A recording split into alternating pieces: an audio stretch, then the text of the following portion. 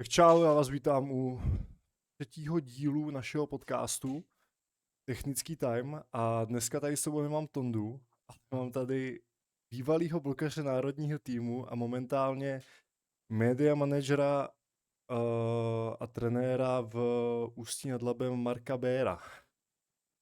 Čau, čau, díky za pozvání. Tak jo, hele, já bych se pustil do novinek, co máme tady z Extraligy a popřípadně i z první ligy, protože tam těch přestupů bylo taky hodně. Začal bych asi rovnou u Hradce Králové, kteří tam měli 5 přestupů, jestli neříkám špatně. A jako například, že David Kolátor by měl jít na playoff do Hradce. Ty bys o tom mohl mít nějaký větší info, tak k tomu něco klidně pověz. Hele, vlastně ty říkáš 5, já jsem zaznamenal, možná, že tam ještě vyplynulo něco na povrch, protože když jsem se dozvěděl vlastně, že Kolátor jde na hostovačku, Krča na přestup a ještě stáhli Zacharyho, Jo. nebudu se to odvažovat vyslovit, to jméno celý, který hrál v Rakousku, prostě 210 vysoký univerzál, tak si myslím, že to je jednoznačná zpráva od Hradce, od Aleše Holubce, že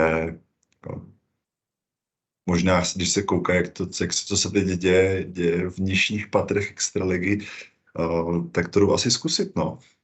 Já bych se tomu vůbec nedivil, no. Já jsem s Alešem mluvil předtím, než si toho Zacharyho vzali. Oni si ho vlastně minulý čtvrtek brali na zkoušku, se ho nechali přiletět z Londýna, protože já jsem proti němu hrál, když hrál ve Waldviertlu. A za mě jako super vysoký hráč, pomůže ti určitě ve 4 na bloku, ale není to žádný velký běc a v zápase proti Hradci Králové teďka v pátek to tuším bylo, tak měl podle mě kolem 10 náher a udělal z toho 3 bodíky, no. To prostě nebylo to jako vončo. Ale jako když nic jiného, tak ta vejška zbuzuje nějaký respekt, tak říkáš i na obraně. A ono zase potom, když stojí proti menšímu blokařovi a prostě nejde do toho naplní, tak asi něco složit taky může, že jo. Takže zase, když to vezmu první liga, Hradec, jo, není to nejvyšší soutěž, určitě tam nebude za nějaký úplně mega prachy, já nevím, jak jsou transfery do Anglie, ale si myslím, že spíš budou rádi, že ty kluci hrajou venku, než aby na tom chtěli úplně vydělat. Takže jsem zvědavý, až nastoupí i v rámci třeba té první ligy k nějakému zápasu. Jak to bude vypadat v realitě. OK. Pak tam ještě byl Míra Marel, přestup skladná do Hradce. Já jsem s ním v létě hrál v Dřevácích. Obrovský, už ta starší pán, co si budem. Ale ještě jako za mě jako kurva dobrý. Jo. Ale souhlasím, my jsme proti němu hráli pohár. Naposledy jsme proti němu hráli s Ústím, tak jsme hráli pohár ještě s Dobřichama, když hráli v té staré Sokolovně. A tam, kdyby mu neudělal Neboj se Januzovič Víron, tak se bojím o výsledek toho zápasu. Takže naštěstí pro nás to smolně dopadlo pro něj a to no. Takže hele, to mi přijde spíš taková jako další zkušenost, doplnění kádru, ale třeba když to vemu z našeho pohledu, kdybychom se, nedej bože, dostali do baráže jako Ústí, tak zrovna tady z toho hráče úplně strach nemám, protože parametrově vím, že bychom se jako s ním dokázali vyrovnat. Okay. Teď jsem si naběh, jestli tam bude, on proti nám bude hrát, tak prostě 3 metry pod nohama zase. No ale ten Hradec zatím jako má na kahánku s tím, jak teďka hrajou. To je druhá věc, že vlastně oni nemají nic jistýho, jo, ta myšlenka toho zkusit to letos nepřišla úplně pozdě, ale ta soutěž ještě jako zdaleka nekončí, že jo, takže ale budou asi to být složitější, půjdou tam spíš ze spoda do toho playoff, nečekají lehký soupeři úplně ale zase na druhou stranu pro ně bude dobrý, že si tak trošku můžou jako fakt jako rozehrát dobrýma zápasama a fakt jako si to vybojovat a jít do té baráže rozehrát, protože co si budeme, já jsem vlastně zažil 2 baráže teď poslední 2 roky a ta výhoda toho vítězného týmu z té první ligy, jo, máš vítěznou mentalitu, vyhráváš zápasy, jsi na to připravený, když si to užít, nemáš co ztratit. A vlastně proti tobě nastupuje tým, který dostává na budku, všichni na něj ukazujou, seš prostě na očích, že jo, fanoušci, co přijdou na ty poslední zápasy někde až v květnu pomalu, tak vlastně se jdou podívat jako na ten průšvih, který tam jako se stane a někteří ani jdou pořád zafadit, jo. Takže ale ten, kdo bude letos poslední, já věřím tomu, že mi ne, tak to bude mít sakra těžký. Ať už tam teda bude kdokoliv, jo. Ale jako jestli se tomu Hradci tam podaří probojovat, tak to může být fakt jako zajímavý, protože to bude tým s opravdovou ambicí postoupit. Jo. Já jsem mluvil s Holčou a právě jsme se jako říkal jsem, že je to takový na hovno, že ty Dobřichovice, který prostě do ty extraligy nepůjdou, tak byli teďka 2 roky po sobě byli ne, dvakrát byli v baráži, teďka myslím, ale nechcou tam jít, Bučovice nemůžou, protože nemají halu postavenou. Ty vlastně vyhráli loni, že jo? Jo. Ty by vlastně byli ty, kteří teoreticky měli ten nárok, kdyby měli halu si zahrát o tu extraligu. Jo. A je to takový naprd, že pak tady ten tým, který fakt jako má zájem jít do té extraligy, takže vlastně ten nárok na něho nespadne, když je třeba i třetí. Že to jako za mě by byla výborná věc, kdyby to takhle jako fungovalo. Hele, za mě je úplně zbytečně komplikovaná věc celkově. Když si vezmu, německá Bundesliga měla pár let zpátky problém, že neměla týmy. Jo, my máme dobrý, máme 13, chce se, nebo jak respektive, jak to řeknu, svaz se usnesl, že 12 bude ideální časem. Za mě je škoda tam do toho nepustit jakýkoliv manšaft, který na to sežene prachy a dokáže nějakým způsobem vybudovat extraligový manšaft. To je můj názor, soukromý. A v tom Německu si mi líbilo, prostě vyhlásili, ukažte nám, že máte na 3 roky zajištěný financování, pojďte to zkusit. Do dneška tam některé ty týmy jsou a hrajou, si myslím, docela hezký volejbal. My to tady třeba máme ve Španělsku, že ty týmy z druhé ligy, takže oni vlastně mají na konci dubna závěrečný turnaj, 6 týmů, 2 týmy z každé skupiny. A pak vlastně ten tým, který ten turnaj závěrečný vyhraje, tak on automaticky postupuje do první ligy a poslední tým, který je třeba Tarragona teďka, tak zase bude automaticky sestupovat, že se tam ani žádná baráž nekoná, že to je za mě taky zajímavý způsob. Ale zase to, když to vezmu na ty české reálie, tak hele, pamatuju si, když jsem byl úplně mladý, když bylo 18-19, tak v Rakousku byla druhá profesionální liga, nebo profesionální, taková jako lepší poloprofesionální. A třeba Míra Bezděka, s kterým jsem pak hrál tady v Ústí, tak vlastně, když šel Ústí, tak hrál prostě druhou rakouskou ligu a přinesl i pěkný prachy odtať a fungovalo to za mě už ne v Čechách dneska. Dobrý, tak jako jsem tam nějaký kluci si odvezou cesták, teď teda v Hradci asi budou muset vytáhnout i nějaký regulární platové podmínky. Nejsem si úplně jistý, jak jsou na tom ty ostatní týmy, ale pochybuju, že tam jako někdo regulérně ty hráče platí nad rámec nějakých, dejme tomu, vazeb interních týmů, tatínek do toho dává peníze, dostávám kapesný, jo, nebo já nevím co. Ale to, co ty říkáš, tak ve Španělsku, že jo, ty hraješ v té druhé lize a vem si vlastně živí tě to, že jo. Jo, kdyby v Čechách byla do jisté míry hodně profesionalizovaná první liga, tak mi automatický sestup a postup dává smysl. Jo, ale v těch našich podmínkách mi to prostě smysl nedává. A proto si myslím zase je trošku škoda, jak je tady nějaký tým, který na to teoreticky má a ukáže, že prostě na to ty prostředky dokáže sehnat a zajistit třeba 3 roky financování. Tak je to jenom mrhání těma prostředkama v první lize a těžko se dostáváš přes tu extraligový manšaft, když je třeba poslední, protože prostě ta kvalita tréninkový hodiny a tak dále jsou úplně někde jinde. Je to těžký téma, no. Tohle to vlastně jako všichni mají tak trošku pravdu, ale já si stejně za to svojí. Tak to má být, to asi jinak u tebe nejde ani. Ale pak tam ještě byl přestup Učko jihokorejský, zaplať pán Bůže jihokorejský. Třeba tak ze Severní Koreje, že jo, jako tam nevíš. Z Viany z Portugalska do Black Volley Beskydy. Já jsem ještě před sezónou v přípravě, tak my jsme proti té Vianě hráli přípravňáky a oni teda sestoupili z první portugalské ligy do druhé na tuhle sezónu, ale jako tým suprovej, obrovská hala, nádherný zázemí, ale tady toho Korejca už jsem tam neviděl teda, ale slyšel jsem, že se tam o něm bavili a že by to měl být docela slušný bomber. Že Ale jsem... jako Pojdej, promiň. v pohodě, z druhé ligy z Portugalska vlastně k nám třeba přišel tenkrát Navid Suhan, který teď hraje na Dukle. Mhm. A vlastně přišel jako úplně topový blokař, jo, neuvěřitelný útočník.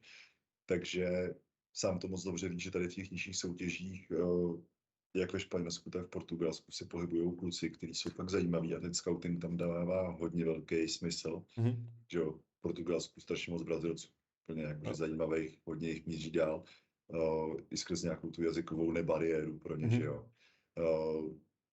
Podobně to asi bude ve Španělsku, se třeba s jinýma národnostmi z Jižní Ameriky, že taky tomu mají blízko. Takže si super přestupová stanice. Je teda zajímavý, že Korejec se dostane mimo Koreu, protože zase tak běžný to není, že jo. Vzhledem k tomu, že si trochu aspoň umíš volejbal, tak v té Jižní Koreji seš prostě megastar. To Ale vyděláš, chápu, no. ale chápu, že třeba si chce vyzkoušet Evropu a chce trochu zažít svět, jako tak. Každý jsme to tak trošku měli, že jo. Ty taky si šel ven, určitě i poznat trochu, jak to vypadá za samozřejmě. kopečkama, že jo. Takže pro mě to taky bylo lákadlo. Poznat za velkýma kopečkama teda. No, takže... za většíma kopečkama teda. takže vůbec se nedivím, že je venku. Uvidíme vlastně, co vůbec to přinese, no, ten jeho přestup, protože v posledním zápase, jestli se nemýlím, tak úplně nepomohl, že jo. Bez klidu, prohráli 3-0 v Příbrami a hotovo. Hele, já mám na tebe ještě jako jednu osobní otázku. Oba jsme hráli v Rakousku.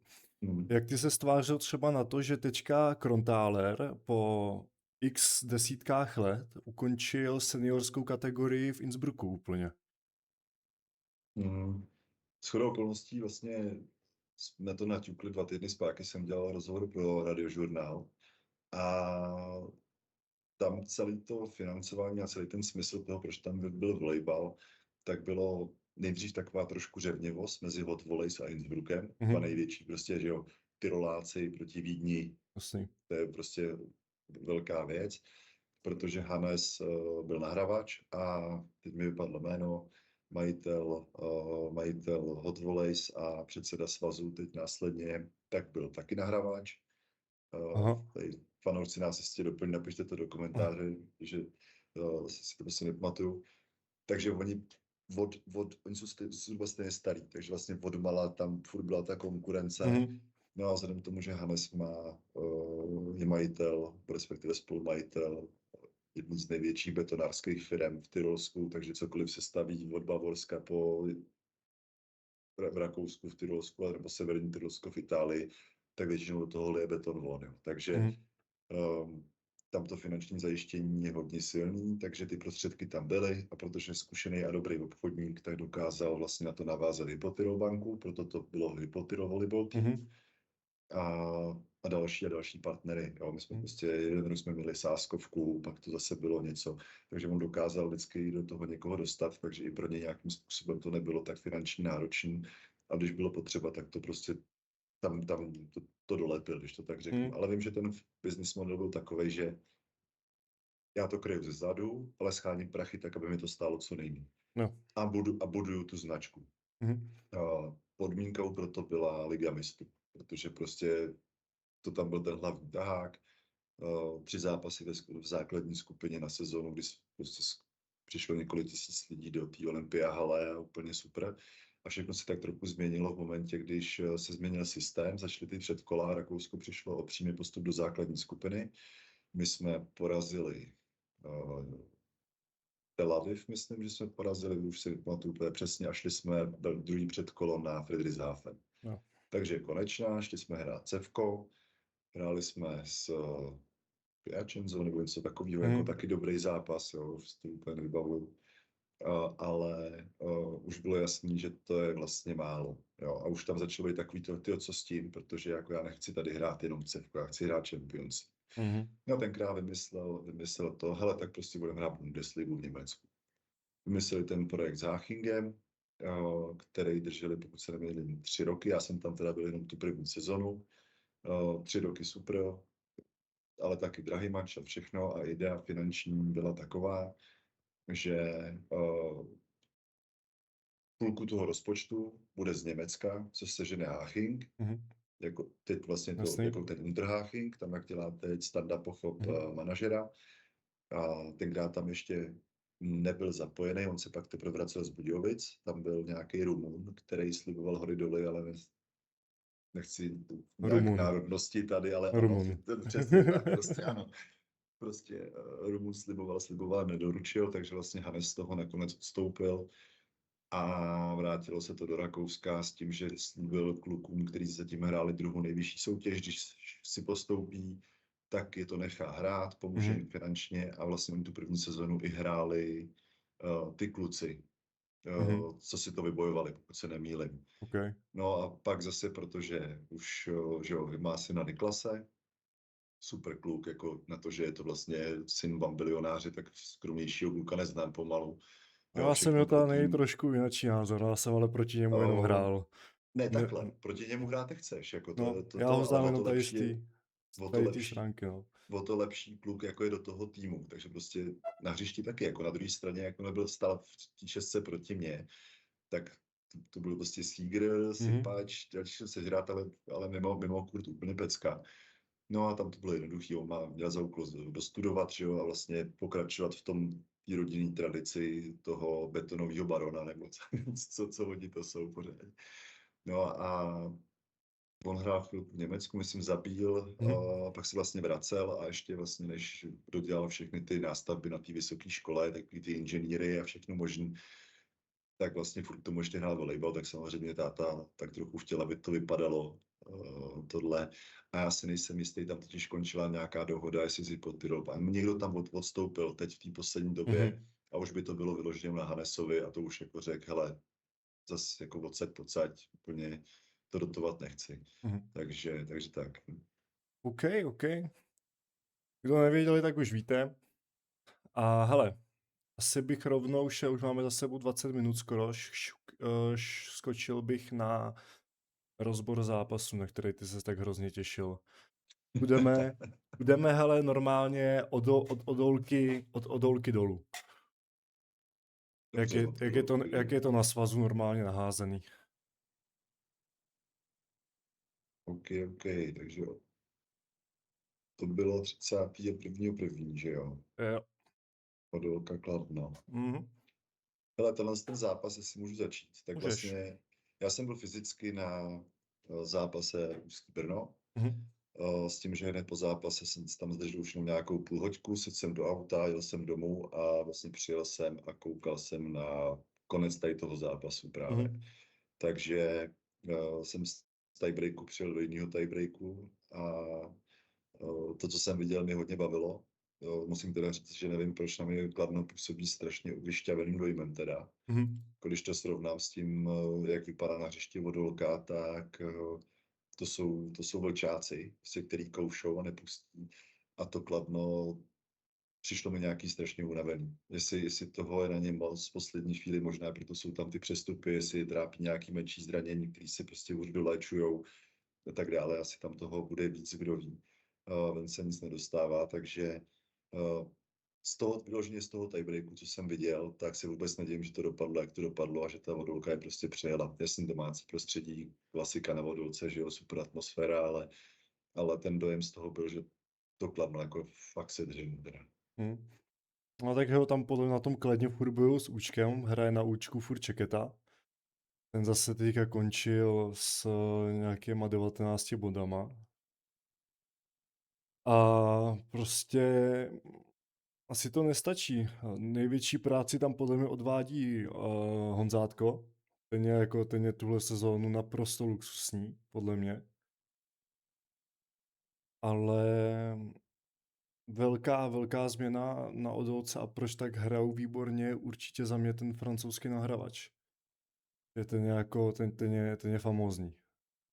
Ale určitě tak jako nahrávač dělá hru, že jo, to je prostě každý druhý dotek ve volejbale nahrávač, když máš dobrýho nahrávače, hraješ dobře. My jsme tady měli jednu sezonu Bartuňka, když ho vyplonkovali z Prahy, a bum, 5. místo, že jo. Hm, My jsme z toho chtěli říct další sezonu s Cevkem. Jo.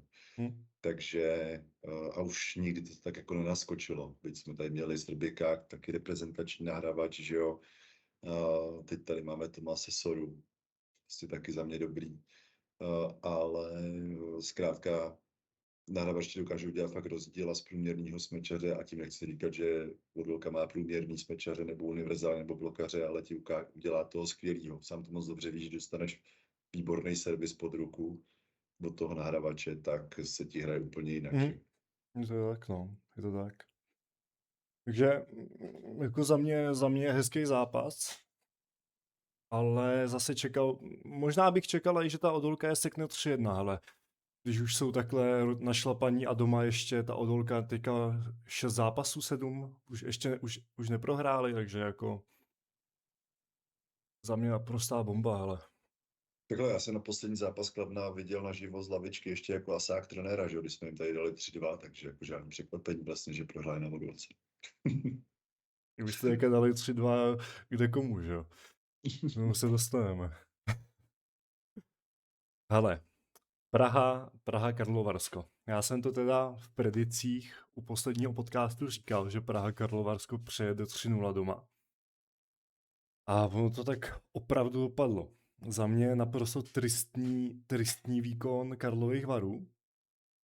Nehrálo dobře ani jedno účko. Ani ten Nikola a ani Jansson.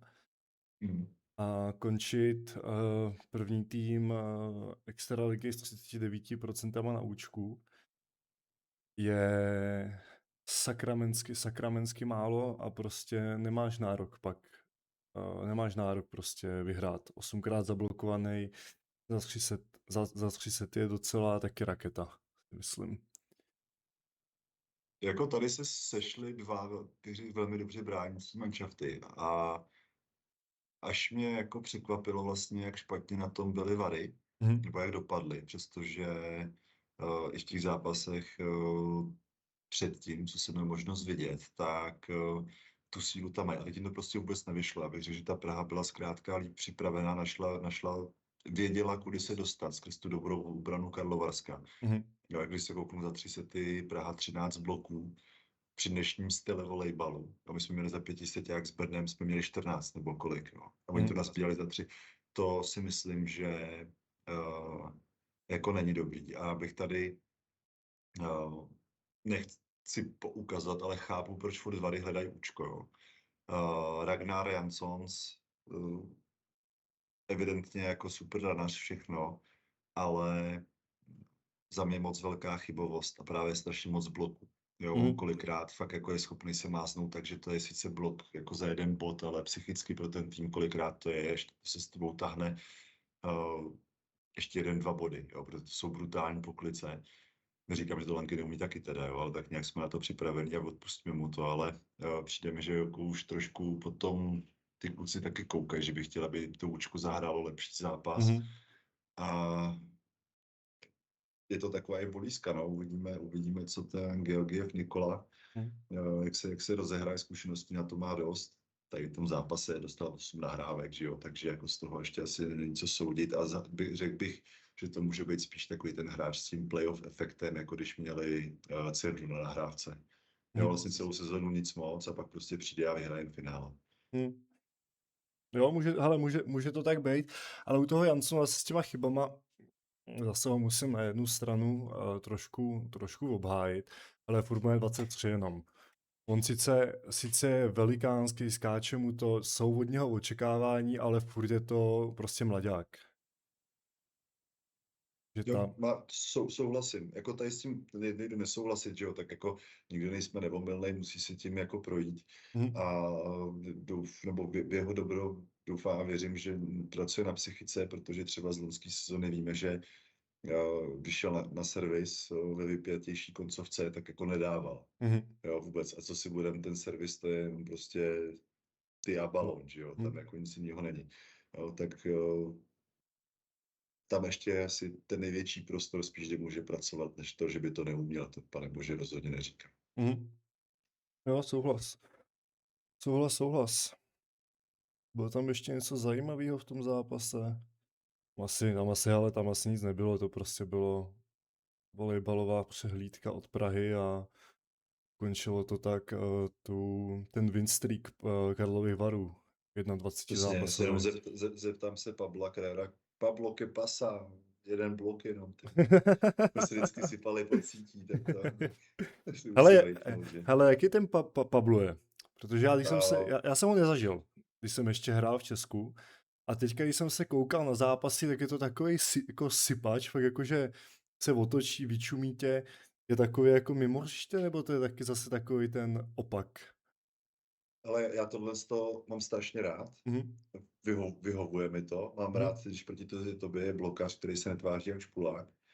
A, a dá do toho ty emoce, nasypete si, teď pamatuju si ty zápasy, že se nám povedlo ho nadrážet, tak furt jako, hej, co se děje, ještě si nesložil dneska, nemá žádný bod. A pak už konečně složil, tak jsme se vyčuměli, pak jsme si plásli pod sítí, rozhodčí to vidí, nechá to být. Jo. Mhm. Po zápase prohodíš 2-3 věty, pogratuluješ si, já teda většinou jemu.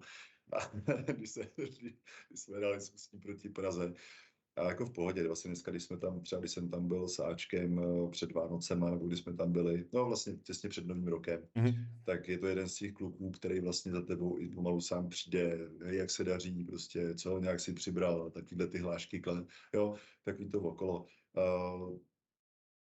On v tomhle tom super, další takovej, který už jako méně příjemný a za mě teda jako neuvěřitelně namistrovaný, tak je budějovická největší hvězda Okolič. Tam už mi to kolikrát přijde jako až za hranou, to Mhm. sebevědomí a i celkově takhle. Pavlovi projde u rozhodčích co? Mhm. Občas jsem to jako rozporoval, říkám, co je, tak se jako stejný metr snad, ne? A on, no Jižani. Tak já nechci říkat, kdo spodní rozhodčí. A já říkám, a jako co? A já kdybych byl černý, tak jako No jasný. ti řeknu, že jsi rasista. No. No. A vlastně uh, v těch Budějkách, no, teď mi vypadlo jméno, já jména, Okolič. s Okoličem, tak ten jako taky jako dobrý, po zápase si s ním plácneš, ale ta odměřenost a taková namistrovanost a má Mhm. na co, má na co. Tak mi už jako nebyla moc příjemná a jako fakt jsem měl co dělat, abych jako mu kolikrát jako něco neřekl takového jako Mhm. beprnějšího. A tenkrát to skončilo tím, když my jsme hráli doma, block out, Mhm. někdo z hlavního kůlu, šlo to o blok těsně vedle hřiště na naší stranu, šlo to ven, kdyby Mhm. byl challenge, asi se bere challenge, Mhm. jo, beru to. A jako aby podles síť a ukazoval rozhodčím, že to bylo tady do hřiště a ještě, jo, tak oni to umí srbáci prostě půl metru do hřiště Mhm. a jako obešlo se to bez karty. To už jsem byl v roli Asáka, to bylo loňskou sezónu. Mhm. Tak jsem říkal, jako, sorry, tak jako kde to jsme? Jako on podle si to udělat já, ty vole, když jsem ještě hrál, tak první se tak mi napadíte červenou kartu. No, když tohle udělal Jo, Java ještě, když hrál za Vary, tak byl vyhosten z zápasu, jako, jo, natvrdo. jo, jako ale on podleze síť a tenkrát velmi renovovaný, nebo removovaný, jak se to říká, rozhodčí český s mezinárodníma zkušenostma, jako to přešel jako, no teď se vlastně nic nestalo. A já říkám, jak se nic nestalo? A ještě mi začal říkat, jsi asistent, sedí si nebo ti dám kartu. Já říkám, mě dáš kartu, mě dej kartu a v tom případě musí dostat taky, ale Mhm. a jako tohle. Takže ne, ale to dobrý, to jsme zase tak nějakou kontroverzi, ale takže, hele, za mě Pablo, super hráč, Mhm. neuvěřitelný CVčko a je s ním sranda. OK. A hlavně i v rámci týmu dokáže vymyslet docela jako favorit, co jsem tak slyšel, nebo vtipný přezdívky, jo, takže dobrý. Ach, to je super. No, já jsem si třeba, hele, o tom Okoličovi ani nemyslel, že by to byl takovýhle mistr světa Amoleta. To by mě zase u něho by mi to nenapadlo. A on do týmu Naopak. může být jiný, že jo? Ono to tak Jasný. pravděpodobně bude. To je to tak vždycky. Mě taky všichni říkali, když jsem šel sem a šel jsem třeba, když jsem šel po první kasy, mladý, Mhm. tak vlastně to bylo i rodiče, že jo, tak nevěděli, jako no, tam je ten Máraber, pak vlastně přišel a my jsme se dnes kamarádi, já jsem říkal, jako co, pohoda, ne, to, že pocítí jsem tam na někoho blbě čuměl a většině jsem se s někým hádal, Jasný. to tak prostě, to k tomu patří, že jo. Hele, Neříkám, že, do mě maminka... neříkám, Promiň. že Řepka byl nejčistější jako tohle, ale taky jako asi s ním byla sranda v šatně, ale nechtěl si Jasný. hrát proti němu, že jo. Hele, já se snažím co nejvíc fungovat podle mé maminky, co do mě drtí od malička. A to jsou 2 slova, to je pokora a úcta. Jako na hřišti já prostě taky nejsem jako úplný andílek, jsem taky rapl, taky si rád řeknu svůj názor. Ale zase jako mimo to hřiště se snažím jako, nebo snažím, prostě hele, podám si ruku s těho kluka, normálně pokecám s ním po zápase, nemám s tím jediný problém, protože hele, jestli se něco stalo na hřišti, jak se to stalo na hřišti a nevidím jediný důvod tady ty sračky tahat z toho hřiště ven. Tohle, co říkáš, je strašně důležitý a to možná je zpráva třeba pro mladý hráče, což občas vidím na turnajích, jak to jako některý neunáší. Uh, co se stane na hřišti, zůstane i v rámci týmu, i vůči soupeřovi na hřišti. Po zápase by si vždycky měl podat ruku a tak trochu ten zápas nechat jako za sebou. Mhm. Jestli k tomu něco máš, tak to zkusit sobě udržet. Vím, že občas to nejde, ale pak si vždycky zpátky říct do prčic, furt je to jako jenom sport. Mhm. Buď mi zlý se rozhodčí, nebo něco dobrý stane se, ale tohle to tam zkrátka musí být. To je fakt jako dobrý point, to dobře vytáhnout. Zkrátka podat si tu ruku po tom Jo. zápase a s tím jako srovnat vlastně to, co se dělo na tom hřišti. Ale ono to funguje i na tréninku. Jo, jsou hráči, kteří dělali jsme tady ještě spolu s Ústí, když jsem hrál, a prostě urážlivý a všechno, a taky se postupně spravili, jo, jako dobrý. Ale fakt, co jsem neměl rád, když se s někým jako rafnul na tréninku a on s tebou 2 dny nemluvil, jsem si říkal, jako, co je, prostě tak jako, pak stejně uznal, že mám pravdu, protože kdyby to neuznal, tak má se mnou problém, že jo. A tady s tím jsem bojoval, tady s tím urážením jsem docela bojoval v Rakousku, protože hele, já když jsem na tréninku, tak se prostě trénuje a jede se na 120%. No. V Rakousku to kluci někteří měli prostě v hlavě nastavení trošku jinak, už třeba jenom z toho důvodu, že nebyli full profi. Že do toho ještě chodili do školy, někteří měli práci, nějaký brigády a tak. Ale já jsem si tam dovolil říct, že prostě nechápu, že nemáme když nám každému přes 20 a že nemáme freebally jako excelentně. A třeba 4 během půl hodiny nám přiletí přes síť. Tak tam, že z toho vystřelím jak čertík z krabičky. A kluci se s mnou fakt týden nebavili, vole. Jo, taky si to ale museli naučit, že jo, prostě to tak je a každý zase se dostáváme k tím národům a k tím národnostem a nějakým specifikům, že jo, každý je prostě nějaký jiný. Oni některý ty Rakušáci jsou takový jako malí Němci namistrovaní. Je to tak, no. To mají taky historicky takový malý Němce v sobě. A v té Vídni jsem si zrovna říkal, tam to je plný těch bývalých Jugoslávčanů, tu samý Srbáci, Bosna, Hercegovina, Chorvati, tak jsem si myslel, jak to tam jako bude hustý. Jsme měli trenéra i Srba. Vole. Říká, koť Kubo, co je, ty vole, co trénink, špatný? Jako klidně mi to řekni, jako jestli něco na hovno. Říkám, hele, já nechápu, proč se v hodinu tahu rozsmečováváme jako na bezblok. My jsme fakt hodinu v kuse jsme smečovali metry, ty vole. A on mi říká, jo, dobrý, běž do prdele. On řekl mi to, že srbsky. No, taky týden se mnou nepromluvil, ani ruku mi nepodal před tréninkem nic. Říkám, no, tak jako. Ale Srbáci, no, nebo jako celkově ten Balkán, že jo, to je prostě kategorie sama pro sebe. Já je mám strašně rád, protože prostě ty emoce a všechno, co oni do toho dávají.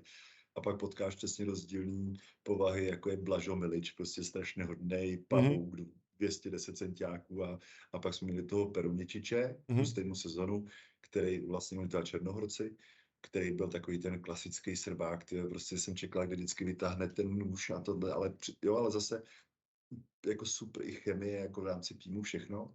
A jenom jak si říkal právě s těma, je zajímavý v rámci toho Rakouska, v té Vídni třeba určitě jsou nějaké povahy a v tom Tyrolsku, jak je to vyhlí tou Itálii a oni jsou na to pyšní, z nějakého historického hlediska, tak jsou takový jako italsky vřelí.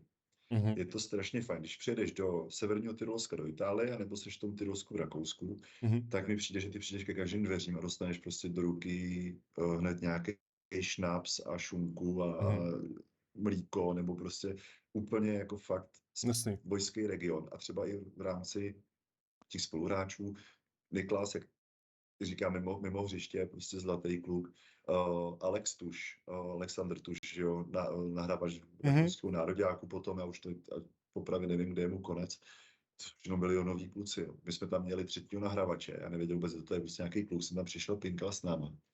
A kdykoliv prostě bylo potřeba, pomáhal stavit hřiště, pomáhal reklamy, pomáhal tamhle, furt jsem ho někde viděl.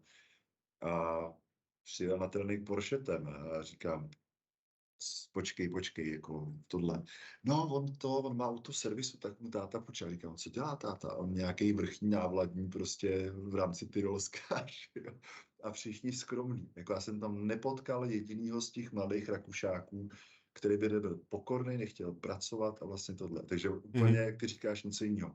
Dobrý, asi to bylo i tím, že v tom týmu bylo, dejme tomu, 10 cizinců a zbytek byly tady ty rakouský kluci, takže prostě nebudeš si tam držet někoho, kdo fakt jako buď na to aspoň trochu nemá a zároveň se bude chovat jako idiot, tak ho tam jako chtít nebudeš. Jasně, Od toho tam byly jiný národnosti. No ano. Hele, dál, to nezdržujem. Ústí Brno. Kdykoliv se jelo do Ústí ještě za mě, co jsem byl v Brně, se tam kurva vždycky prohrálo. Vždycky, ty vole. A historie se opakuje. To je jako... Ale já se ti nedivím, nebo nedivím, jak to říct. My jsme se o tom i tak jako bavili, že fakt jako tomu Brnu se u nás nedaří. My přijedeme do Brna, tam je to 50-50, buď nás prostě rozstřílíte servisem, a nebo je to vyrovnaný zápas. Ale u nás doma je to vždycky trápení. Z nějakého důvodu to nikdy není ono. Jo? Teď o víkendu taky. Vlastně Brno začalo dobře, začátek setu, že se tak trošku chytali za hlavu, jsem tam stál, já jsem jak říkám, ten zápas vlastně jsem nebyl ani na lavice, jsem nekomentoval, nic, chtěl jsem si jako jeden zápas fakt jakože užít, bavit se hlavně s těma lidma, co potřebujou a tak dále. A teď jsem jako viděl vlastně, jak nám Brno začalo dávat. Mám tendenci říkat nám začali dávat, ale tak to trochu mám v paměti. Ne, že bych měl strach a říkal jsem si, doprčit, to je přesně takový ten zápas, kdy to Brnu sedí a bude do nás solit. Ale pak přišlo uspokojení, že ten náskok byl hodně rychle, hodně jako vysoký. A vlastně od té doby se ta hra jako změnila, plně se proměnila ta tvář toho Ústí. Sice hodně na sílu některé věci, ale jako dařilo se trochu víc štěstí. Výborně jsme bránili, teda musím říct, jako, že se nám dařilo blokovat a právě taková ta chytrost některých hráčů z Brna se vytratila. Byla tam taková ta horlivost, už uděláme ten bod. No. Takže zbytečný námazí místo toho, aby jsme si ještě jednou rozehráli balon, že jo, co umí Dejvák, to umí výborně, že jo, Beres taky umí výborně, takže prostě Baranek teda. Takže to se mi tam vytratilo z té hry a nakonec to teda v uvozovkách stačilo Brnu na tiebreak, tak řeknu. A ten tiebreak, hele, ten se nám prostě povedl líp a bylo rozhodnuto. Hele, co ten Maty? Já jsem to řešil v minulém podcastu, netrápí se jako trošku v hlavě? Nebo je furt takovej, že se mu fakt jako úplně chce na 1000%? On má za mě velkou výhodu a nevýhodu v jednom, že on je jako hodně chytrý. Myslím jako tím, že má vysokou jako normální sociální inteligenci a má i vysokou tu jako inženýrskou, řekněme.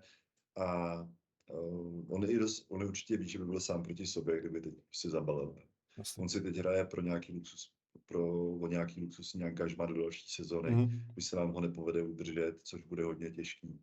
Takže za prvního to neuvěřitelně baví. Ta role toho absolutního lídra si myslím, že mu naprosto vyhovuje. Vlastně proto i na Nový rok jsme se dohodli, nebo si kluci dohodli, že mu Kořa dal kapitánskou pásku. Jo, to ani nebylo tak, že by nějak Kořa byl zbavený kapitánství, se Kořa řekl, hele, jako tady je jenom jeden lídr. Tady seš ty, bereš to, jo, dobrý. Možná trošku jsem přijel na první zápas do Vodolky, bylo vidět, jakože prostě možná to trošku dolehlo, když je to jenom prostě tejpka na dresu. Ale vlastně od té doby zase vaří zápas co zápas, jako ten jeho fyzický fond a to, jak do toho dává, jak tady říkali, to srdce a ty emoce. Jo. Já se nedivím, že prostě ty lidi ho milujou, že jo. Ty prostě přijde do haly a ženský si trhají rodidla už jenom protože přijde prostě. Ale Protože jí dobře vypadá, jo, mezi náma. ale To je strašná mašina. on je obrovský od 12 let, od 13, co jsme proti sobě hráli. Ještě když jsem hrál za Svitavy, on byl obrovský už v té době. To je jako hromada svalů a vždycky naprosto zlatý. To je jako jeden z lidí, jako na kterýho bych fakt nedal dopustit. Protože toho fakt mám rád, jako. Je superovej. Je to, jak říkáš, no, my si z něho děláme srandu, že je to tuleň mládě, nebo veleryní mládě mu říkáme, protože vlastně on přišel z juniorky, rok po Salim, vlastně když ještě trénoval Salon, tak tenhle ještě ho nevytáhl do Ačka, i když tenkrát jsem jako tlačil, protože jsme měli Kebyho Januzoviče, který byl trošku chabru s zádama, tak jako pojďme to zkusit. Ještě tuším se nedostal, pak přišel a byl takovej ještě jako dětsky opláclej, bych řekl. Ale to, co se z něho stalo třeba jako během sezony, a teď už to jenom roste. On má ještě partnerku, to je atletka, takže jejich největší zábava je podle mě, že pijou proteiny a běhají na ovále, nebo já nevím co. Navzájem se zvedají prostě a tak dále. Takže to ono, ten jeho fitness jako progres a celkově jako ta fyzická připravenost. Takhle, jestli podepíše v rámci Čech, budu zklamaný, protože abych ho rád viděl a chci, aby zažil jako top ligu. Polsko, Itálie, nejmíň ta Francie v nějakým top klubu. Ale fakt jako bych rád, aby v jedním tady z těch dvou tohle, nebo aby se to uklidnilo v Rusku a aby si vyzkoušel prostě, když už drill, tak pořádný. V Rusku jsou hodně hustý tréninky, tak nám teďka vyskočil nějaký... Ještě jenom ti do toho skočím, pak mi to. Teď mi jako napadla jedna věc, jestliže on je schopný mít zápas 50 útoků, tak klidně ať si stříne rovnou Koreu, ať jde vydělat prachy, protože to jsou přesně zápasy pro něj. Jeden hráč furt na trojblok, prostě jdeš do toho hlava, nehlava. Jo, Proč ne? znám to naprosto. Zajistí rodinu. Ty to máš to sam. No, jako poslední 3 roky už to nemám jinak. V Rakousku to začalo a ve Španělsku to pokračuje, no. Jak já jsem ti to psal, já jsem strašně zklamaný, protože jsem si pustil teď tvůj poslední zápas a bylo to bez komentáře. Já jsem se těšil na repliky typu Donde está mi zapatas i pantalones a podobně. A nedočkal jsem se, bylo to bez komentáře. Jo, bohužel. Měli napravit. Věřím to klubu. Tady to všechno na tréninku. Pokračuj s tím drillem. Jo, no, viděl jsem právě nějakýho, já nevím, co to je za národnost ten kluk, ale natáčí právě videa z ruský Superligy, Smečák, a jak trénujou, jak cestujou a jako ty vole už jenom ráno prostě 3 hodiny trénink, odpoledne taky další 3 hodiny, to už je jako naprostá šílenost. Ještě když to ráno mají spojený tam s posilovnou a to cestování v Rusku.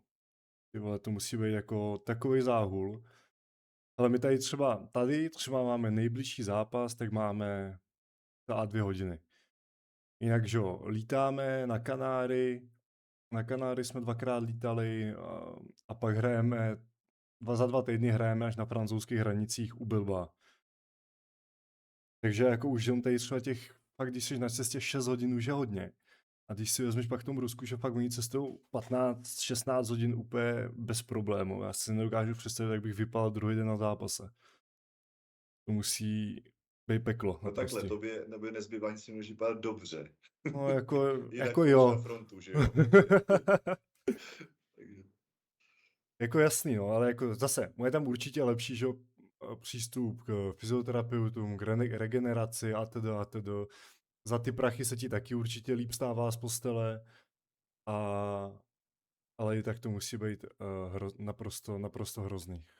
Ale já si nedělám ani iluze, že v rámci té regenerace se tam půjde jako hodně naproti tím, i že teď jsou vlastně za oponou, jsou nehlídaní, tak tam se pojede, no je to vtipný, protože NHL, NBA, že jo, a tyhle americké soutěže fungují na stejným principu, tam to není žádný tajemství, takže určitě se pojede naproti té regeneraci jako aktivně, nebude to takový ten pasivní evropský přístup.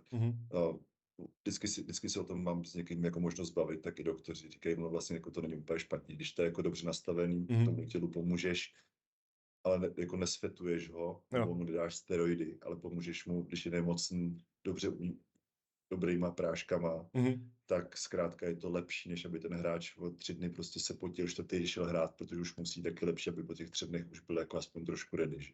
Asi. Jo, takže si nedělám iluze. Hrál jsem s Rusákem, Stano Vaslievem, Mhm. který ho nám vzali vlastně po půl roce v Innsbrucku na pozitivní test na steroidy. Mhm. Dohrali jsme zápas, přišla dopingovka, vybrali si jeho, ještě další 2 kluky a Stano chodil a koukal jako, že co? A já říkám, no dopingovka, jdi se vyčurat. A Mhm. on, no a to budu čurat já? No, tak to je tvoje No. dopingovka, že jo? Tak já jsem to neříkal, tomu říkala Tekra Maserka, tak Aha. jako lidi z klubu. A má na svých sociálních sítích má strašně jako takovou fotku hezkou, sedí po zápase sám na lavičce, došel si sám do haly, sedí tam, nevím, kdo ho vyfotil, nevím, kdy v té fotce přišel. A má sklopenou hlavu a je mu jasný, že v Evropě skončil. Aha. Protože prostě to, pak jsme se ptali a prostě v Belgorodu to bylo fakt jako ostrý. Tam, To je hezký, no. tak když přišel, tak jsme měli rumunského trenéra a Stano, když začal zvedat na dřepu asi 180 kg hluboký, tak Gavan tam, tyjo, to je hovado. Tak už víme proč. To je hezký, no. Ale v Česku funguje nějak antidopingovka, nebo ne? Jo, je to Jo. teď trošku jinak, moje to funguje, ale ty kontroly nejsou tak častý. Okay. Vlastně bývalo to fakt, že každý klub byl jednou za sezónu, co si pamatuju. A protože jsem měl registračku prostřed podle mě, tak většinou jsem šel já, už nevím s kým. Ale teď to dlouho jsme neměli. Naposled dopingovka byla, ale to bylo na nějaký bonc, podle mě, byla v baráži s Dobřichovicema. Na Matyho, vole. Jo, takže vlastně to bylo tohle. Ono se nějak změnilo, já přesně nevím kdo, když to bylo v rámci jako té soutěže nějak, jo, nebo něco, teď vlastně už si to dělá Český dopingový ten úřad, nebo jak se to přesně jmenuje, sám, takže je toho míň, je to dražší a dělají si toho míň. Prosím vás, to, že toho je míň, neznamená, vole, že teďka všichni začnete si dávat vole, injekce do prdele. To je jako, Přesně tak. zase jako... Dávejte se radši úplně někam jinam. Do kotníku, tam to není vidět vůbec. To jsou rady jak z Lovosic, odkud teď pocházím, ty vole.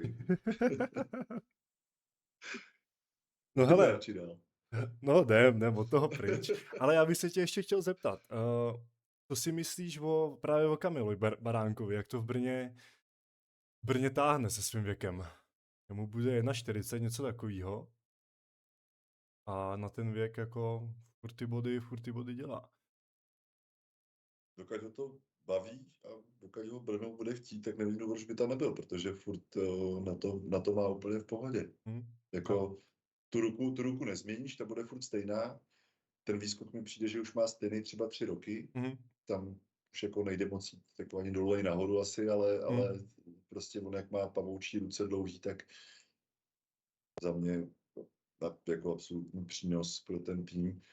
Co je jediný, když se nedaří Brnu, nedaří se Kamilovi, tak on je trošku takovej, že to dá jako najevo, že se mu nedaří, takže tam je asi jako takový důležitý, aby ten tým na to byl připravený, že v tu chvíli trošku jako na ně asi nekoukat úplně, že tam je někdo hodně kyselej, ale to je prostě Kamil, že jo, to byl vždycky nároďáků a tak. OK. Ostrava Zlín 3-1. Myslel jsem si, že to teda Zlín zvládne utáhnout s Ostravákama. Jsem myslím typoval 3-1, že vyhrajou. A ono to tomu tak nebylo. Ani přesto, že ten Jakub Chvacki, to účko jejich, nejvíc bodující hráč Ostravy, neudělal skoro žádný body. A udělal 13 bodíků. A i přesto Zlín nedotáhl do zdárného konce. To jsou zápasy, na který furt tak jako koukáme, protože dejme tomu až od nějakého 7. místa Brno je hodně odskočený. A ty jsme mu dali, dejme tomu bod, jo. Ale vlastně tím, že máme 12 bodů a konkrétně Zlín má 19, tak to furt nejsou úplně nedostižný nějaký vzdálenosti, navíc je tam vzájemný zápas, že jo, tak dále. Takže mě samotně zajímalo, jak ten zápas dopadne. Trochu jsem doufal, že to ta Ostrava spíš uhraje, protože ten Zlín je furt k nám o ten bod blíž. Mhm. A že mě vždycky baví se koukat tak jako spíš ne, kdo je nad náma, ale tak koukat, kam až bychom se mohli dostat, že věřím, že prostě Jasně. vyhrajeme všechny možné zápasy, které budou k dispozici. A takže vlastně já jsem jako rád. Jo.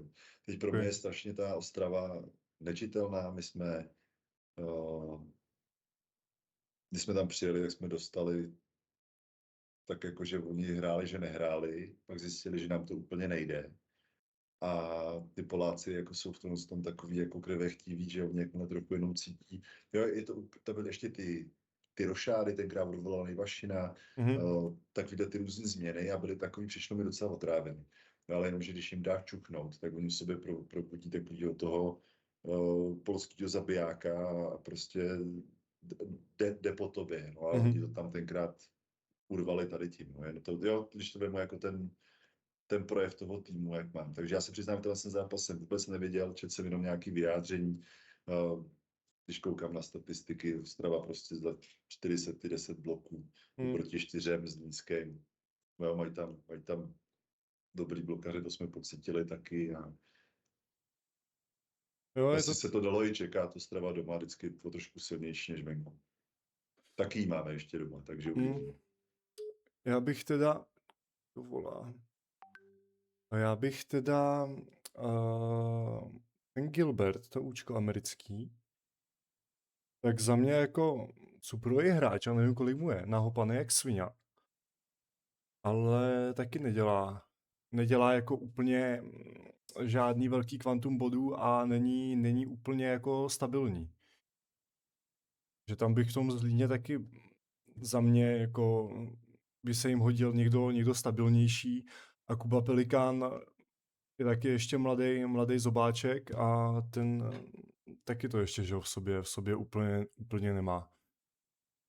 Ale já teď tady nechci nějak hodnotit finanční stabilitu Zlína, Mhm. ale nemyslím si, že by to bylo, bože zrovna si myslím, že my jsme tak zhruba někde v tom balíku těch týmů plus minus, když to odečteš, že někdo má halu zadarmo, někdo nemá, tak ty rozpočty na to Ačku můžou být třeba i stejně hodně podobný v Mhm. rámci nějakých 100 000.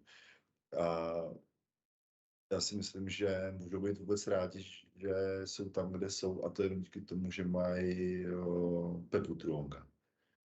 Protože ten kluk je tam už několik let, je to takový tmelič toho týmu, zná každýho, zná každý Mhm. základ té haly a je to takový ten faktor, jako mají za mě Benátky teď s Bartošem, s Jo, Papim. tak jo. Jo, je to úplně to stejné. Prostě Benátky bez Papyho za mě byly poloviční, stejně tak Mhm. Zlín bez Pepy Pepi. Truonga Mhm. taky poloviční. A teď jenom otázka zase, určitě to bude hráč z nižšího budgetu, prostě nějakého finančního, takže jistý limitace tam budou. Mají ho tam výhledově, že jo, ne sklenář, taky určitě nekouká do konce sezóny. Je to výhledově na další sezónu, osvědčí se do konce, má tam opci, prodloužíme ho.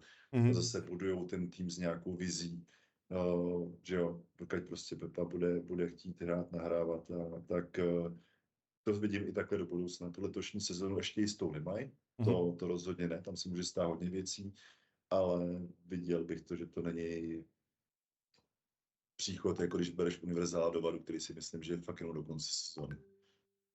To, když se bavíme o tom novým, Jasný. víš, koho myslím. Mhm. Já jména. Tragédie. Vím. Ale já tady musím odepsat, to mě otravuje spolubydlící. Něco potřebuje, ale já nemám čas. Vole. Taky na první, tady máme barák, jako klubovej. Jsme tady čtyři spoluhráči a to je peklo. To je naprostý peklo. Já jsem takový, že jsem rád zalezlej ve svém pokojíku, s nikým se moc nebavím a tady ti vole, tady dělají bordel do 4 do rána každý den, to je naprostá šílenost. Tak.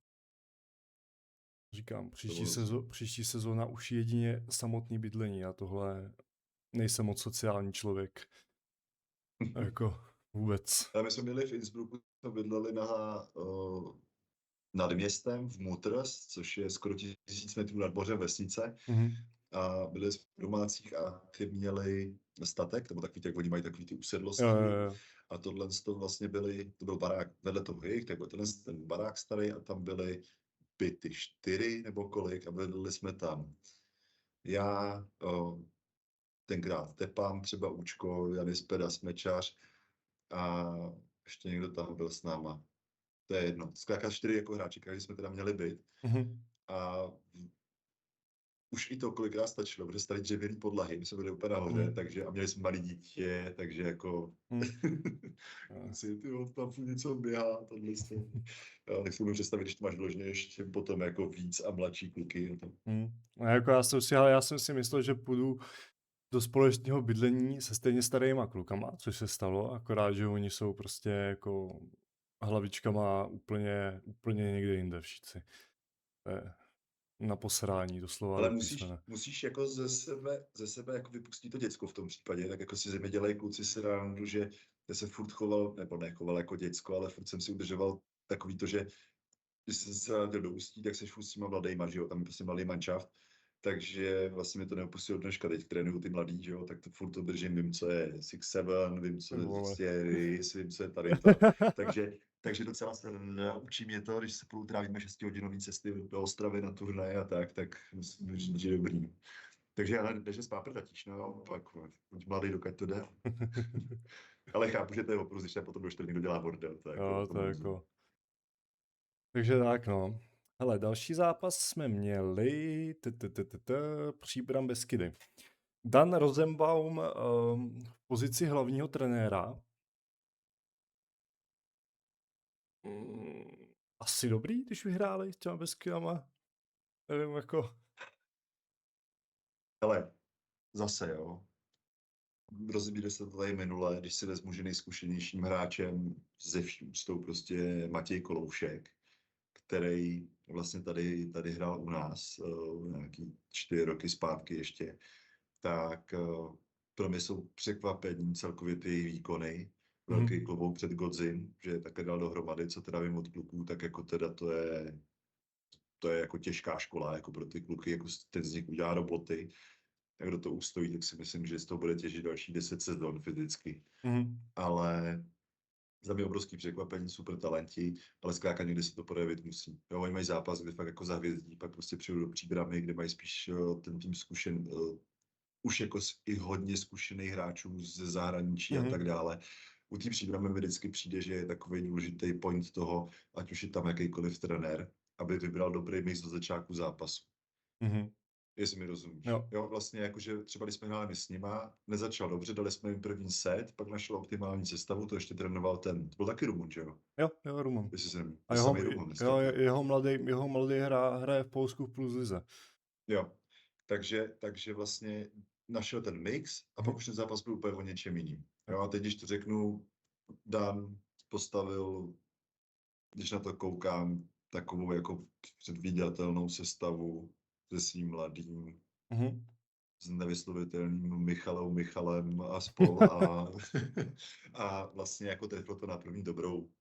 Mhm. Za mě žádný překvapení asi ve výsledku. Co Mhm. teda, jak jsem byl zvědavý, jak bude hrát Li Tao, ten Korejec, který Mhm. nakonec tam šel jenom ve 3. setu na chvilku, dostal 3 náhry, zatím nic k hodnocení vůbec. Mhm. Prostě uvidíme, co bude dál a hlavně se těším na následující sobotu, kdy přijede se podívat na Floridu. To taky není zvědavý. Jestli mu to tam bude vonět na České Floridě. Já doufám, že ne teda. Hele, tam stojí v Příbrami určitě za zmínku ten González, Mexičan na účku. To je jediný podle mě takový jako výrazný hráč z té Příbramy, který ty body fakt dělá a drží se v top 3 bodujících hráčů celé extraligy. Já jsem za začátku sezóny byl takový hodně skeptický kolem něho. Nebyl úplně stabilní, ale v posledních zápasech mi připadá, že když už někdo dělá body v té Příbrami, tak je to jako jedině on. Já souhlasím, my jsme ho snad měli na nějakým listu, ale byl mimo naše finanční možnosti. Mhm. Ale vím, že jsme se potom s Ondrou bavili a už mi to splývá, nevím, jestli to bylo tu sezonu předtím nebo teď. Někde zkrátka, jako jsme zaznamenali tím, že máme, to bylo ještě asi dřív, protože to ještě bylo na Smeč, jestli se řešila postůčka nebo něco takového. Mhm. Takže vím, že to jméno někde vyskočilo, ale ale vlastně žádný překvapení, CVčko má relativně zajímavý nároďák a tak dále, takže ukazuje, že asi jako tady dlouho nezůstane, že to tak řeknu. Jasný, jo. Ani bych se tomu nedivil. A v té Příbrami, hele, tam je za mě dobrý ten Kuba Stolarik, ten hraje na účku.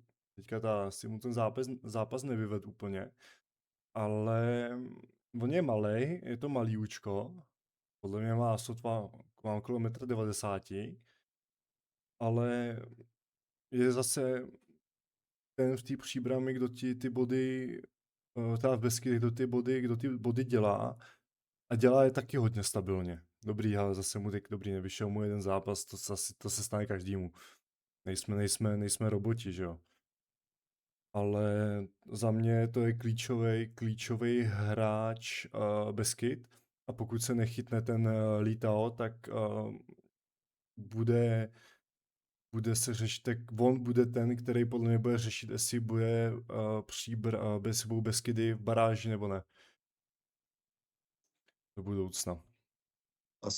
Asi tak, no, tak jako teď si myslím, že celkově nás čekají 2-3 zajímavý kola, kde se nerozhodne, ale naznačí. Já teda, jestli někdo, kdo se mi líbí z Beskyd, tak je to Michal Přibyl, blokář. Jo, když to vemeš, tak vlastně loni ve dvojici s Komárem mladým.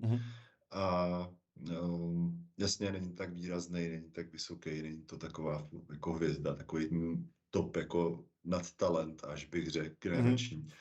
Ale nedivil bych se, kdyby ho prostě nosí Beskyd přetáh, protože i v rámci těch limitů na Čechy, v rámci extraligy si myslím, že takovýhle blokař prostě toho chceš mít do týmu i třeba, když jsi jako lepší český manšaft. Umím si představit, že Radek Baláš už bude chtít hrát z Varů, dostane se do nějakého manšaftu, kde dostane prostor a třeba místo něj bych si měl představit, že půjde Michal Přibyl a zabojuje o tu pozici a třeba nahradí právě toho Špulise časem nebo něco podobného. No, takhle nějak bych viděl tu jeho kariérní nějakou cestu. Ale to mi řekni, proč ten Bali šel od vás z Ústí zpátky do Varu na lavičku, kde si nezahraje. No, vlastně, tam je taková více ústecká nějaký Bican, krom toho slavného slávisty, tak je nějaký Bican, který hrál v Ústí, ten se přestěhoval zpátky domů do Varu, trénuje tam, má velmi krásnou dceru. A to je s Balem. Takže my si děláme srandu, že vlastně jako tohle byl ten hlavní důvod. Ne, tak Vary si ho stáhli, tady se rozehrál, dostal tam vylepšený kontrakt, co já vím, a jako ty příležitosti by tam za mě měly být. Nevím, proč jich není víc. On je teda občas taky pohodlný docela, takže ale věřím tomu, že jako normálně prostě všechno trénuje, všechno v pohodě a uvidíme, co bude po této sezóně. Za mě byla škoda, aby takovýhle blokář s potenciálem a ještě furt relativně mladý seděl, i kdyby v mistrovském týmu. Za mě to je prostě škoda. Já si taky myslím. Já mám třeba teorii takovou, že radši budu hrát v menším klubu za míň peněz, ale budu hrát, než abych seděl za x, třeba řeknu, větších prostě těch desítek tisíc, když se dostaneme třeba, já nevím, kolik mají ve Varech peníz, na 70 000, 80, tak radši budu prostě třeba hrát za plácnu třeba za 35. Ale abych furt hrál. Aby zase, v jakým si životní Fázi? fázi a tak dále. A třeba, když to řeknu, vůbec se nedivím klukům, který mě 23, dostanou nabídku z top českého klubu a jdou tam to zkusit. Třeba se prosadím, třeba ne, jdu to vyzkoušet. Minimálně budu velmi dobře trénovat a to mě taky posune. Jo, herní praxe, ale většinou už dneska ty týmy jsou na to připravené, když jsem ještě mladší než 23 let, mají většinou nějaký Bčka, dostanu se do nějakého oběhu na střídavý start a tak dále. Já teď nevím přesně ty pravidla. Jo, a nebo prostě ven, že jo, jako do nějakého lepšího klubu i za cenu toho, že bych o ten posměl bojovat a pak už to na charakteru každého, jestli si jako to prosadíš nebo ne. A ten krok z toho dobrýho týmu můžeš udělat vždycky, jo. Tam je to, hele, každý vždycky záleží o štěstí, někdo se náhodou zraní a ty najednou prostě z pozice čtvrtýho smečeře, blokaře se dostaneš na kurt, povedou se ti 2 zápasy a z extraligy hraješ. znám plno takových případů, že najednou ty kluci prostě vystřelili nahoru a Mhm. ukázal se ten plný potenciál, že jo, takže. Jo, souhlas. Takže vlastně žádná ta cesta není správná, ale souhlasím s tím, že některý kluci za mě už jsou až moc dlouho v těch týmech a nehrajou. S Mhm. tím souhlasím. Jo.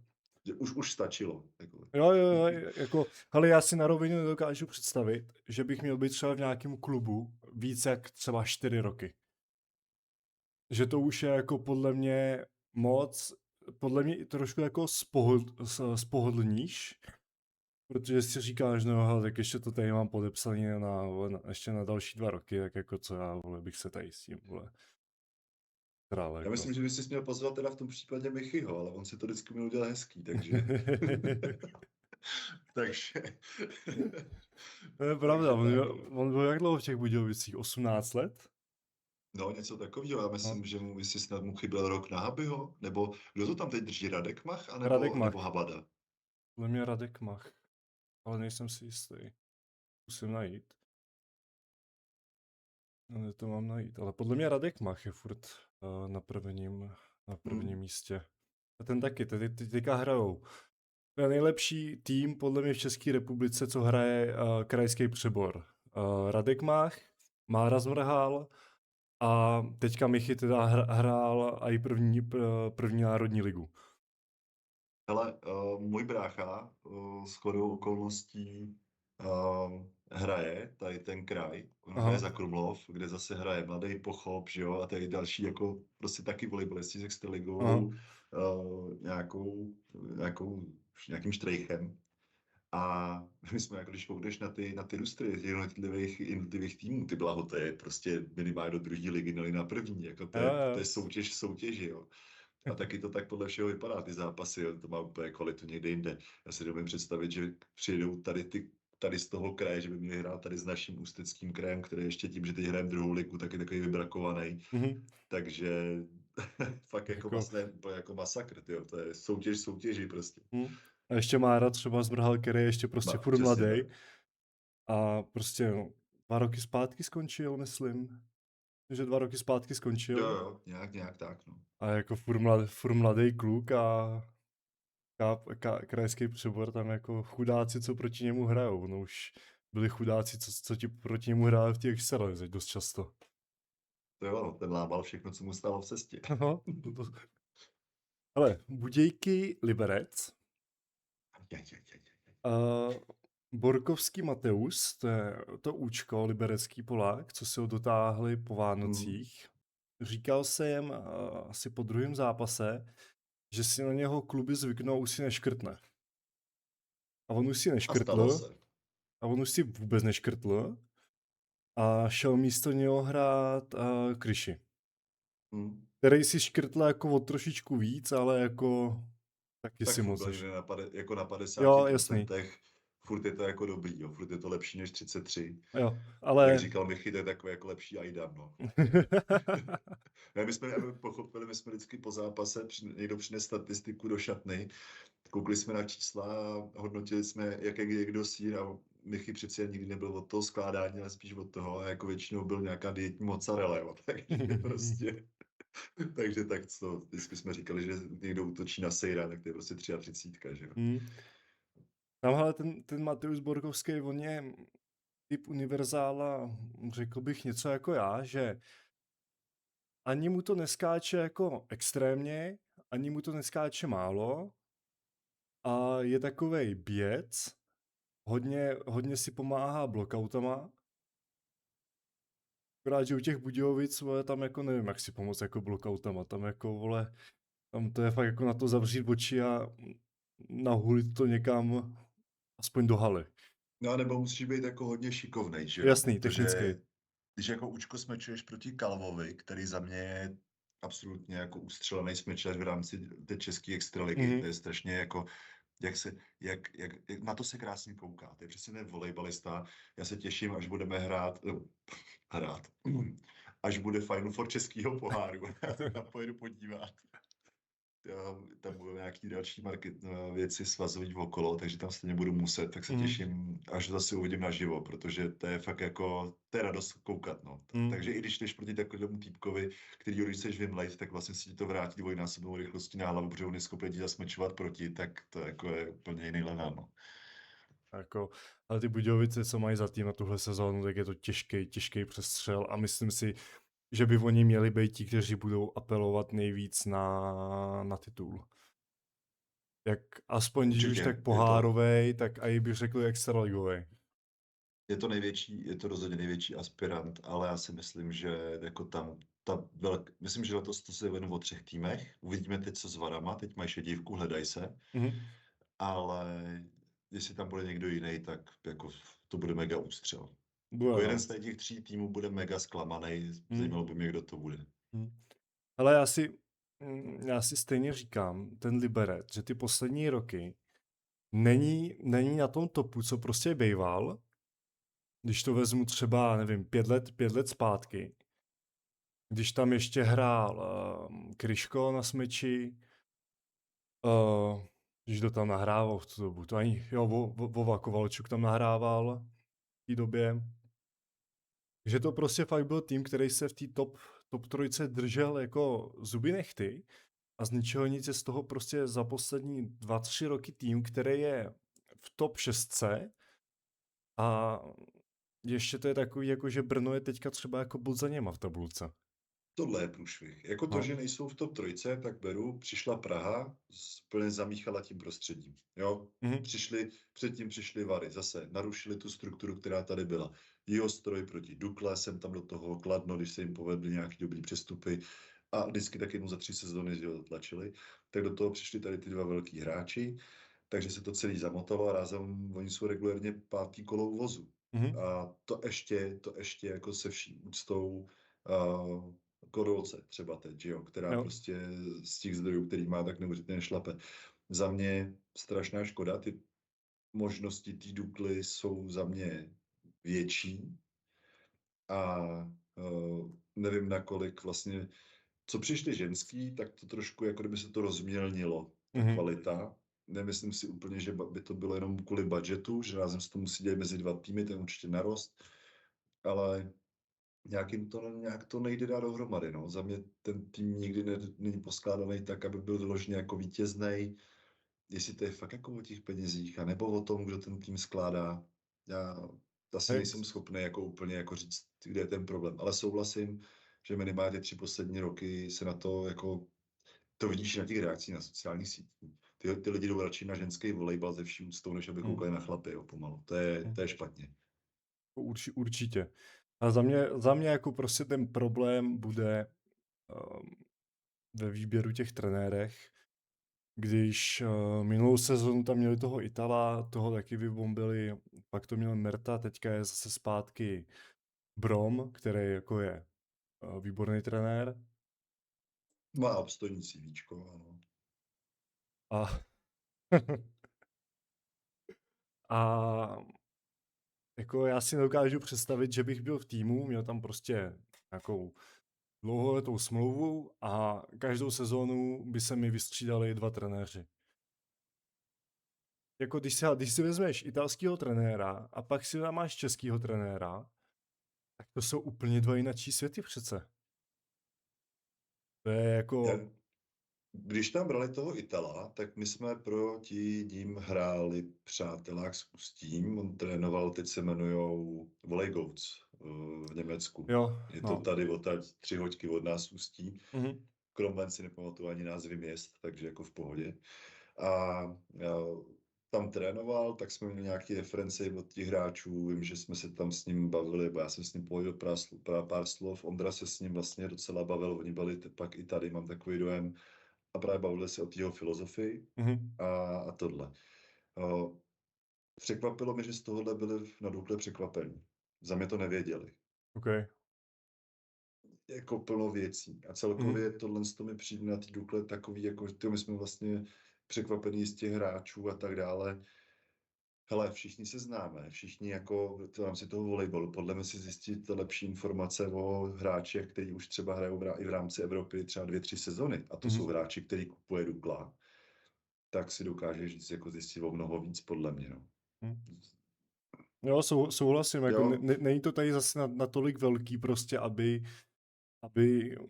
ta Dukla, jestli to tak je, nevím, ale prostě aby nevěděli, jak třeba ten trenér prostě funguje. To je nepochopitelný podle mě. Ještě prostě Dukla, tyhle, kdyby se to stalo Ústí, nebo no ne, a tak musím jako ty bláho, jsem si naběh, reflektovat nějakou tu finanční stabilitu, jo, že prostě sakryš, tak ty peníze utrácíme jako zodpovědnější, jo, a ano, to je no, fakt jako, jo, vem si vlastně dělám tady výměnu trenéra v půlce sezóny, nejsem na to dostatečně připravený, mhm, ze vší úctou k Jahodovi, tak prostě je to jenom zase nějaké řešení, protože proč, jo, má tam známý, bylo to jednoduchý, zvednu telefon, mačknu jedničku na tlačítku, mám tam Jeffa už 20 let, tak prostě je mhm, to jednoduchý, že jo, a naopak. Takže vůbec se nedivím, že se upek tenhle přestup. Jak jsem napsal, trošku pro mě zklamání, čekal jsem, že toho využijou, ne, že odepíšou tu sezonu, ale že třeba neskusí přesně ušít do nějaký jako koncepce jako do do budoucna. budoucna. Mhm, Jo, a máš furt půl sezony na to si říct, ne, je to úplná blbost. Takhle vlastně máš jenom půl sezony nějakého přešlapování. jo, Je možný, že zítra vyjde článek dočasně to vedli tady ty, teď prostě přichází tady trenérský duo, Ancelotti, nevím, někdo, ale jo, je to možné. Tam nevidíme, že jo, do toho, co jasný, se tam plánuje. No, za mě by byla škoda, kdyby to tam nebylo do prčic, protože furt je to Dukla, furt to má nějaký jméno a tak trochu právě. se s tím v rámci toho volejbalu se s tím i hazarduje, bych řekl, jo, že Mhm, už si, jo, Dukla, dobrý, čtvrtý, pátý, dobrý, mhm, jedem dál. Jo, to, mhm. že uhraješ nějaký bronz, tak jako to je, bojím se, aby tam nezačalo být tohle no. No ještě když tam máš ty mladý hráče, jako je Brichta, nahrávač, a pak Štěpán, já nevím, jak se jmenuje, Svoboda, blokař. Jo, myslíš Bricknera? Jo, Bricknara Jo, myslím, Bricknara. Bricknera, dobrý. Jo. Já teda takhle, jenom díky tomu, že mám před sebou otevřený Já to šíř taky mám, zápasu, tak tak jsem tě taky mohl to mám, opravit, jo. jinak bych pozdržel s navijákem. To A bylo jasno. tak si myslím, že hlavně pro tady ty mladý kluky, tak to není prostě vončo. Hele, co Lukáš Ticháček, ten má odnahrávanýho to, co já mám nachozděnýho popředu. A jako s ním určitě nikdo nehne, je to výborný nahrávač a ten se nemá kam posouvat. Ale pak tady těm klukům uděláš v hlavě takový myšmaš, ten chce po tobě tohle, ten chce po tobě tohle.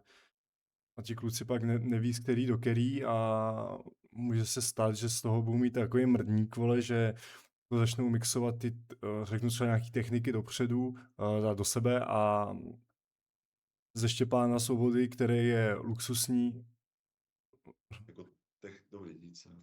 Blokař jsem se zamešel nad technikou, například tinkání, víš. To ty zrovna potřebuješ, ty vole, to je jako... Blokaře bych nechával nahrávat 24 hodin denně, vole. A pak se z těch kluků může stát, že prostě z luxusního nadějného blokaře se z ní stane průměrný blokař. No, já si spíš myslím, nebo aby se jim nestala jiná věc, jo. Kluci jsou ty pod nějakýma kontraktama, ty jim dobíhají, Mhm. možná ne, možná ještě mají zajímavý hráče na hostováních venku, třeba v Benátkách, že jo, Mladý Staněk a tak Mhm. dále. A když tam vidíš takovou nestabilitu v tom týmu, tak aby oni o tyhle kluky nepřišli. A pak budou řešit i problém další, když koukneš na tu sestavu, kdo tam je dopsaný, Mhm. že oni regulérně nebudou mít Čechy. Mhm. Což jako Dukla, která ještě, že jo, je to armádní spolek, Mhm. těžíš z toho, že je to armáda, že Čechy oni mají trošku, jsou schopní jako zaměstnat v rámci armády, tak to Mhm. tam fungovalo vždycky. Tak vlastně ty bys měl mít v tom týmu 3 cizince, když to tak řeknu, a 11 Čechů, Mhm. aby si ještě jako na tom, když to řeknu, nějakým způsobem ušetřil. Teď možná mi pak někdo napíše, ne, můžeme mít jenom 6 Čechů v rámci toho partnerství s Duklou a tak dále. A určitě to není v plném rozsahu. Mhm. Ale jo, což jenom vojn vomáčka prostě, že jo, nějaký. platově, ale jo, proto vždycky mě fascinuje, když vidím jako přestupy a koukám, že jako se přitáhnou cizinci. Mhm. I jako na novou sezonu. Říkám, proč ty, já bych toho využil naplno, já bych se snažil, i kdybych měl trochu přeplatit toho Čecha, tak furt mi to vyjde levnější. Transfer, tamhleto, letenky a tak dále. Tak radši bych tam zaplatil víc Čechovi a Mhm. budoval tam tu kulturu. Trošku to víc opřel marketingově. Ty veď jsou armáda, ty já tam chci tank v hale nebo něco podobného. A jako prostě jo, vím, že dělá nějaký focení, dobrý, tak je kalendář, Mhm. který tam visí už 2 roky a od té doby se nic nedělo, jo. Jako taková škoda, jak mi to baví a jak si prostě s tím hraju v ústí Mhm. v nějakých omezených možnostech, Ne, vy tak to, vy zrovna ten tím, marketing a sociální sítě máte brutální, že se sem chytli ty český Floridy a jako to je naprostá bomba, jako. jo, díky, to je super, ale jak říkám, prostě tady taky, jo. To by možná, jak říkám, tohle je na samotný díl vlastně si říct o tom, jak to kde vypadá, protože jako ono je Mhm. i v jiných špičkách české extraligy to nevypadá zase tak naleštěně, ale tady ta Dukla mi prostě přijde nevyužitý potenciál už jako několik let. A teď teda ještě vlastně ty jsi zmínil Cirdu, Mhm. Lukáše Ticháčka. Mě by zajímala teď jeho funkce v týmu.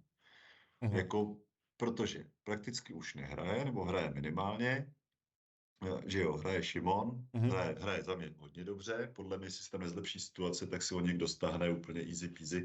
Jak ty říkáš, proč bych hrál na Dukle, to radši půjdu nahrávat do středopolového týmu, kde budu taky nahrávat, ale vlastně budu víc jako v klidu, dostanu na ložíno Mhm. a ukážu se. Třeba i když zrovna on jako hraje, jo, to není úplně ten dobrý příměr, že by měl sedět, ale jako jaká je ambice vlastně Lukáše Ticháčka v tom týmu. Jo, je to trénovat, to už by asi jako dělal. Je to Mhm. management, možná na to čeká, na to volné místo.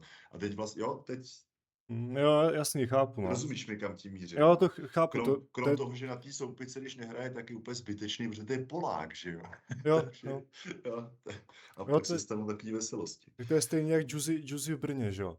Hrál, pak už jako postupně tak jako přestával, pak se dostal do pozice asistenta trenéra, že jo, na hřišti a teďka je, že jo, na pozici manažera, že jo, v Brně. No, vlastně to přebral víceméně v uvozovkách přebral po Geržovi, dostal kompetence Jo, a Gerža už se stará o větší věci na svazu. mhm, Plus samozřejmě něco na klubu, že jo. Jo, nějaký posun. jo, A nebo uvidíme, jak to vlastně tam bude s tou strukturou na té Dukle. Je tam víc pozic, že jo. jasný.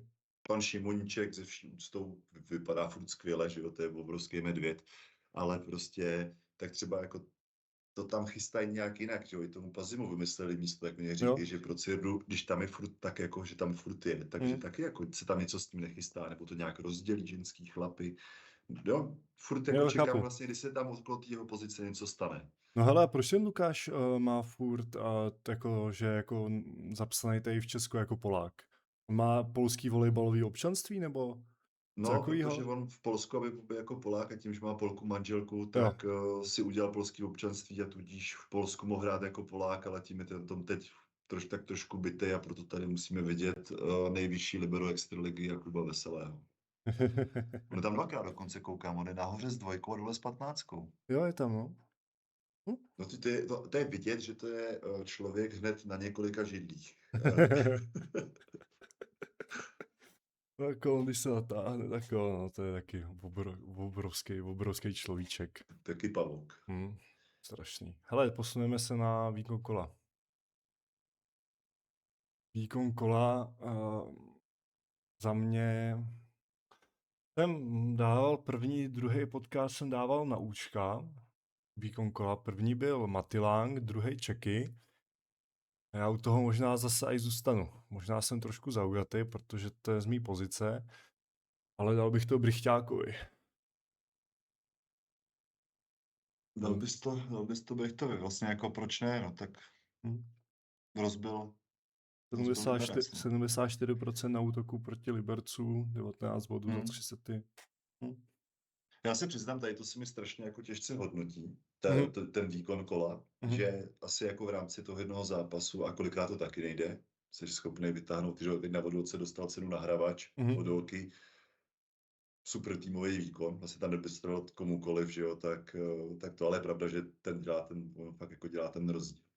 Uh, ale jo, ale jako jestli prostě to má být ten největší bomber, jako ve fotbale zkrátka, kdo vyhrává ty ceny, že jo, Mm, vyhrávají to hroťáci, vyhrávají to útočníci, jo. anebo golman, když to prostě zavře, že jo. Mm, No, takže asi souhlasím, jo, jo. proč ne? 3-0 nad Duklou, což je velmi kvalitní soupeř a vlastně on to celý umlátil. Jo, souhlas, tak jo, to jsem rád. Už hodinu a půl skoro. Já jsem sliboval, že to bude maximálně hodina a čtvrt, ale varoval jsem, že tady budu mít velkýho výřečníka. Takže predikce na další zápas. Kladno, Český Budějovice. Tam jako Tak, asi podle mě není moc o čem, hele. Maximálně 3-1 podle mě. jo, já Mm, si nemyslím, že hraje se na Kladně, nízká hala, mhm. je to velmi specifický a to Kladno tam za mě je vždycky jako o třídu lepší. Jo, Budějky jsou zvyklí všechno prostě rubat vysoko pod strop. Když Kladnu sedne servis, nevidím důvod, proč by neměli brát body. Jestli budou 1, 2 nebo 3 tohle, ale myslím si, že Kladno neodejde bez bodů. Okay. A Krom toho taky už jako musí a po té vodolce určitě jako určitě musí. musí zase předvést nějaký dobrý výkon. Ale tam je to teďka na mačka nějak svině, ale Odolka je bod za něma. A pak je hnedka Dukla a ta má jako o 5 bodů míň, no, tak jako Dukla teďka hraje s Příbramí, to by měli vyhrát. Já doufám, že to taky vyhrajou. A když to takhle bude, no tak Liberec bude mít 29 bodů, Kladno by mohlo zůstat na 31 a už by jim zase mohlo dejchat Brno, že jo, za chvilku na paty. Že tam, no, hele, ne, podle mě vyhraje prostě Budějky, vyhrajou 3-1 tam. Já úplně tomu rozumím, je to pragmatický přístup. Měli by. Jo, Ale já mám rád ty překvapení a příběhy jo, je to a zajímavé. v Kladensky začne nahrávat středákům a oni to nějak budou. Liberec Příbram. Tady se ukáže kvalita trenérského ansámblu Dukly. Protože to bude, mají šanci, jak to říct kulantně. Já jsem taky mám, no, Jdou dva týmy, kteří přijedou bez trenérů. jo. Prostě dobrý. Jo? Tam je Dan Rosenbaum, Mhm. trenér, ale prostě je to manažer a tady vlastně za mě taky bez trenéra. Jako rozumíš mi, jak to, nevím, jak to popsat, ale Chápu, no. Já jsem to měl taky tak na mysli. To znamená, že tady za mě otevřený zápas a Liberec má výhodu domácího prostředí. To je asi jako jediný.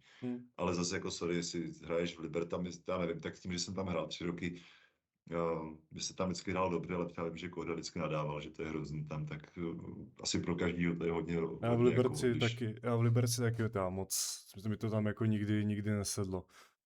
No, ty světla na těch stranách haly to jo, nikdy. jako, ne, rozumím tomu, mě díky té zkušenosti 3letý to prostě nepřijde. Hele, Liberec musí, protože snadno může přijít o příčky přímého postupu do playoff a poslední, co chceš, jako vypadnout před kole s Ústím třeba, že jo. Přesně tak. Když já bych si tak přál. Jako teď úplně prostě, jo, predikce do konce sezony. Ty vole.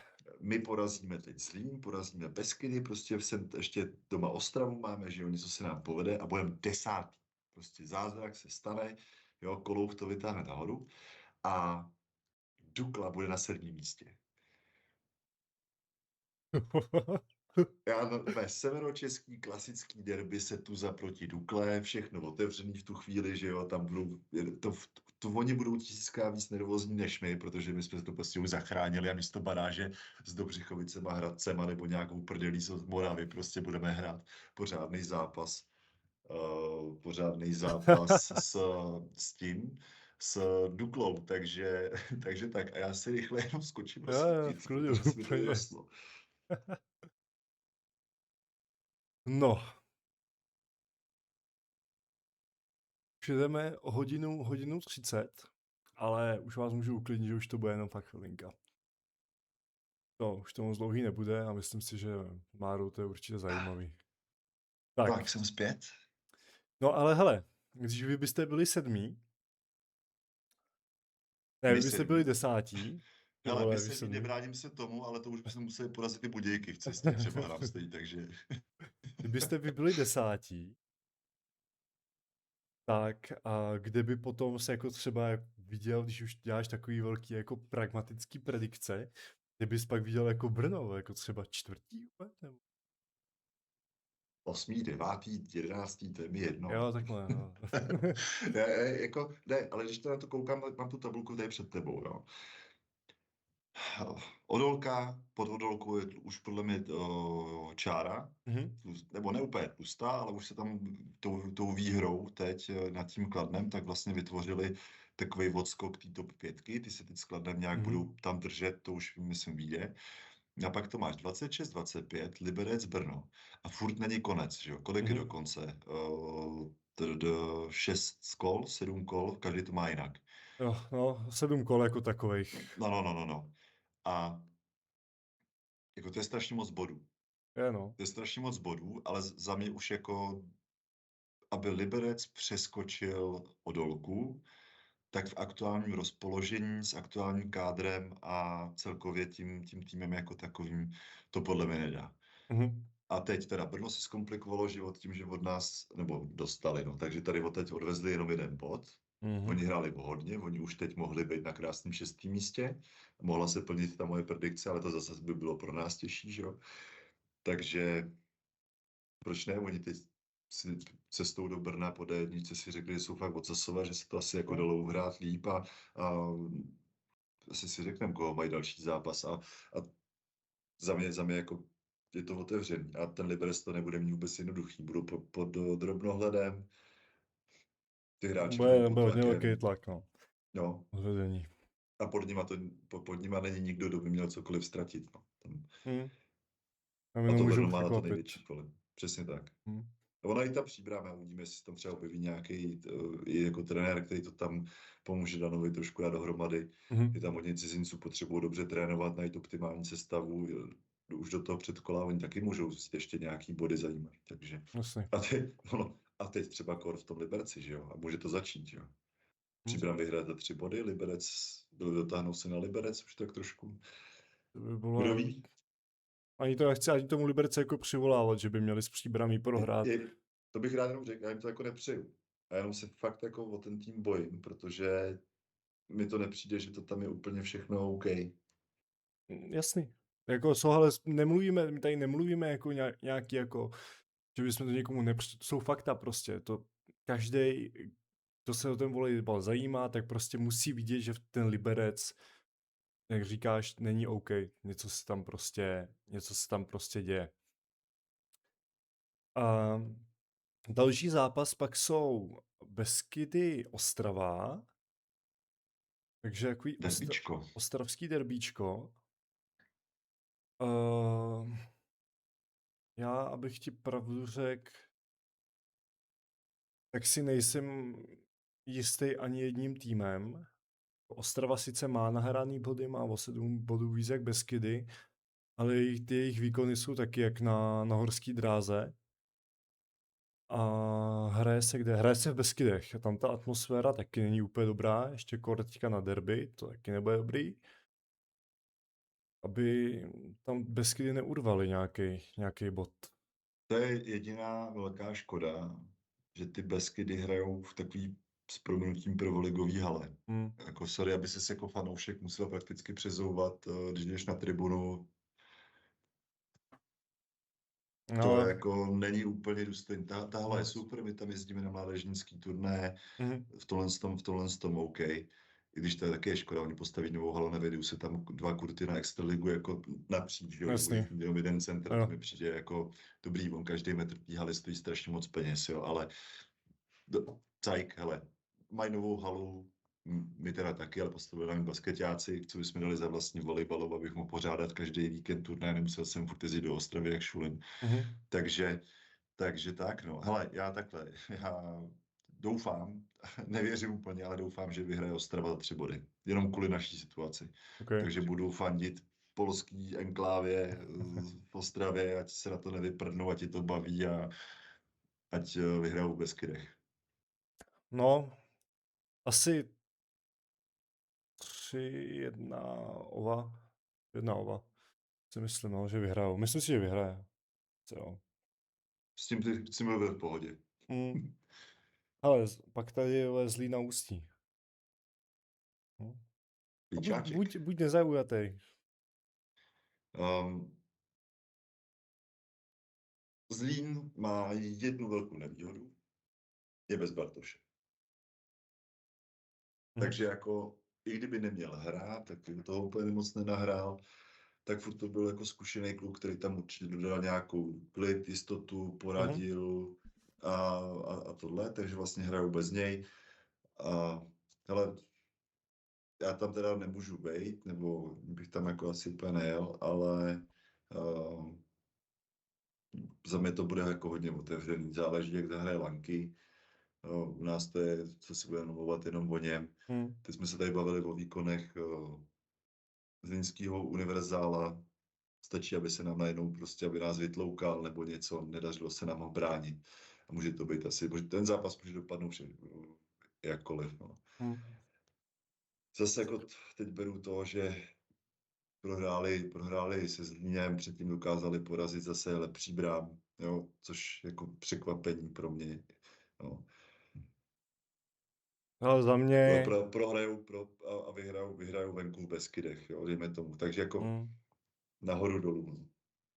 No to je to taková velká neznámá tady ten zápas. Není ani jeden ten tým není takovej prostě výrazný, no. Ale za mě 3-2 Zlín. To líbí nebo ne, tak 3-2 Zlín. Uvidíme, jak to dopadne. No. Jestli to dopadne takhle, tak si jenom budeme komplikovat situaci a budeme... Také 3-2 ještě by nebylo hrozný. Když ty Beskydy dostanou od Ostravy, tak jsme s nima na 13-13 a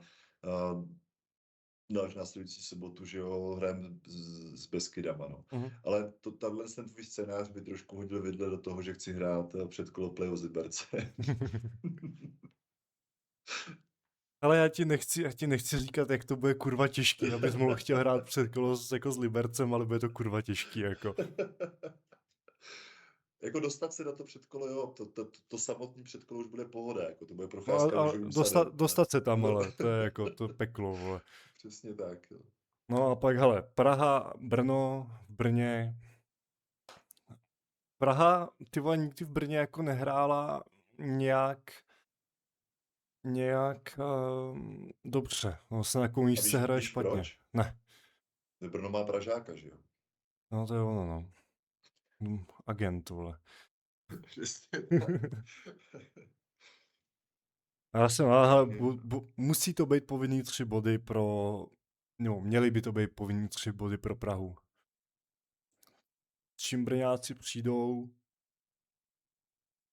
uvidí se. Nemyslím si, že byl jakkoliv podceněný ten zápas. Určitě ne. Na to mají až moc zkušenýho trenéra, aby moc dobře pochopili, že ztrácí 10 bodů na Vary, tím, že je porazili, tak stáhli manko a furt jako jsou před nimi ještě Budějky o nějakých 7 bodů. Takže teď pojedou, ty budou jako fakt jako lvy, jo, že pojedou po té krvi a tenhle ten zápas si myslím, že bude 3-0 a hlavně rychle domů. Nepochybuju o tom. Tak jako, jestli se jim to nepovede, tak je dobrý, ale prostě furt Brno není vodolka za mě. Takže jako takový nějaký výpadek, jak se jim stal před minulý kolo, nebo kdy to bylo, neočekávám. A D1 už je dostavěná, ne? Tak by tam měly být rychle tam i zpátky. Jo, tam to už je pohodinda. Tak a pak Benátky, Odolka, tam, hele, asi ta Odolka prostě jede bomby a si myslím, že ty bomby nadále pojedou. Ty kluci musí být, vole, tak nahypení, vole, že 3-0 a Mára Perry se z toho bude moc zbláznit, jako. Ale ono zase na druhou stranu, jak se říká, že pohodech je sračka, a už 3krát v řadě vlastně Odolka ve velkým stylu loupila, nedá nás porazili, že jo, dobrý 3-0. Ale porazili Lvy a Kladno a ono se to taky určitě podepíše do jisté míry na tom manšaftu. Nějaký drobnější bolísky tam můžou být, byly to Mhm. výrazný zápasy. Teď vlastně oni jako splnili strašně jako velký cíl, to tělo trošku povolí Mhm. a je možný, že proti těm Benátkám minimálně nenastoupí úplně jako v té nejlepší formě, že se třeba bude i hledat trošku základní sestava, jo, jestli zase dostane víc prostoru, mladý Demi, Smečák a takovýhle věci, které vlastně z toho bude tahat. Vůbec bych Jasně. se tomu nedivil, ale myslím si, že větším soupeřem pro sebe teď bude sama Odolka. Odolka. Je možný, že se pletu, ale Mhm. vůbec bych se nedivil. Furt to jako není top klub, aby vydržel hrát v takové intenzitě, furt jako zápas co zápas. Jo, A chápu. ta hlava zkrátka na toho snažšího soupeře tam podvědomě, aniž by si to třeba uvědomovali, může trošku povolit. Mhm. No, ale dobře, tak možná jsi mě trošku přesvědčila 3-1. Odolka. OK. Já si myslím, že Odolka vyhraje, ale nedělal bych si, kdyby to byl třeba 500. Mhm. OK. Dobrý, hele, už jdeme 1:40. Já jsem nebyl na podcastu, který měl být někde 2 hodiny, mi přijde, takže pohoda. No, už ani žádný nikdy nebudeš snad. Pak se to dlouho Už uploaduje. mi tady navíc píšou kolegové, kde se flákám, takže Dobrý, hele, tak já ti děkuju moc, že ses nám tady objevil a že se asi třeba někdy potkáme takhle. ale díky za tu šanci. Mě to baví les před kameru a sdílet svoje chytrolínské chytrosti. Já bych chtěl tobě a parťákovi popřát hodně štěstí tady s tím podcastem, protože za mě to je super, je to ten obsah, který třeba mě chyběl, který mě baví, že vždycky je tam od něčeho něco a věřím tomu, že to jenom poroste a Děkujeme. třeba to budete moct dělat profesionálně a budete moct skončit se svými Mhm. úspěšnými volejbalovými kariérama, protože ta volejbalová obec je přesně tak velká, že to utáhne. To jo, no. Kéžby, ježišmarja. Donate musí Jo, být. jo, dolů dávám číslo účtu do podpisku videa, tak posílejte. Přesně tak, takže to. Tak jo, hele, já vám děkuji, že jste se dívali dneska, bylo to sice trošku dlouhý, ale co se dá dělat, někdy to bude dlouhý. A vidíme se zase příští pondělí v 8 hodin. Čau.